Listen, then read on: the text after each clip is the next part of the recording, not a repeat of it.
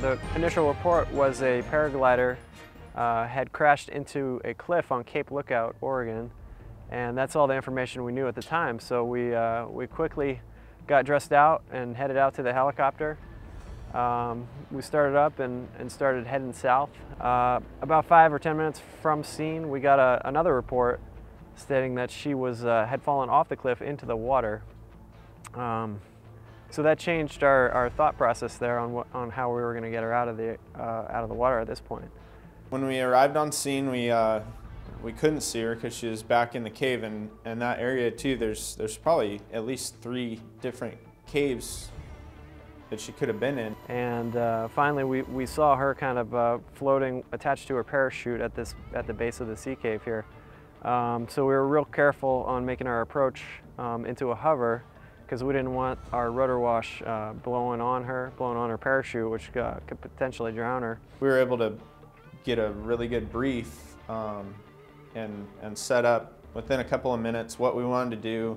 We're going to do a harness deployment, which is the helicopter's putting me down on the hook, and then I'm gonna unclip from the hook and go swim over or make my way over to the front of the cave. Rob is in amazing shape, and we trusted his abilities to do this rescue. We lowered him down to the water. He started making his way to the cave, and he was making pretty good progress towards the cave.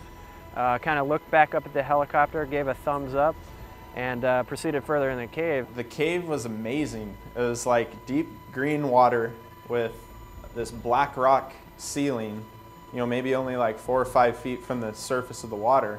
And there's light shining in. It was beautiful in there. And then, you know, she's sitting there really, really hypothermic at that point, and barely conscious, but she was conscious. You know, she was able to say, yeah, I'm okay, I'm not injured, I don't have that much pain, maybe just some scrapes and stuff. And it was just really surreal.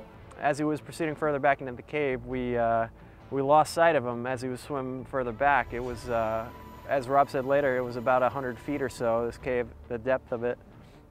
So that was scary, losing sight of our rescue swimmer like that, not having eyes on him. We didn't know what was happening in there. So we tried to lower the helicopter down to get a better visual inside the cave so we could see him. Luckily, within about 10 seconds or so, I saw his head kind of coming back out at this point, and he had the survivor in tow, still connected to the parachute. The most critical thing that I wanted to make sure that I was paying attention to was where her parachute was at in the water, and make sure it wasn't getting wrapped around my feet, as well as hers, you know, and because you can't help anybody if you can't help yourself. It is a concern that Rob will get tangled up in the parachute lines, and all we could do was watch him at that point. He wasn't attached to the helicopter, and we really couldn't do much. It was up to him to get her freed from the parachute and not get entangled himself. She'd been in the water for so long already that she was pretty hypothermic, and you know, she wouldn't probably survive that much longer the way she was. So I knew first had to get the parachute off of her legs. You know, it was really difficult to keep her head above especially the whitewater waves that were coming in. At the same time trying to kick out away from the cliff, because I knew that the helicopter wasn't going to be able to get directly overhead of us while we were right up against the cliff. So it was difficult getting the basket to them because they were so close to the cliff.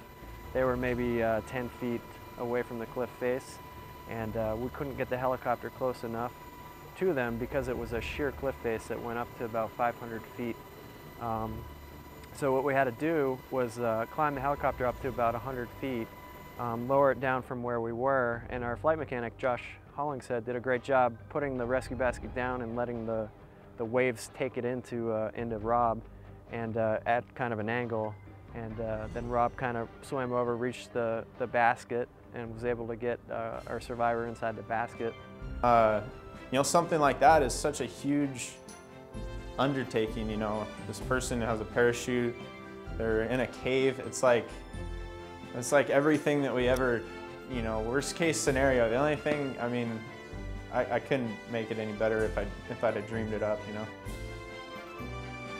Please welcome tonight's awardee for the Admiral Chester R. Bender Award for Heroism, AST 3, Robert D. Emily from Group Astoria.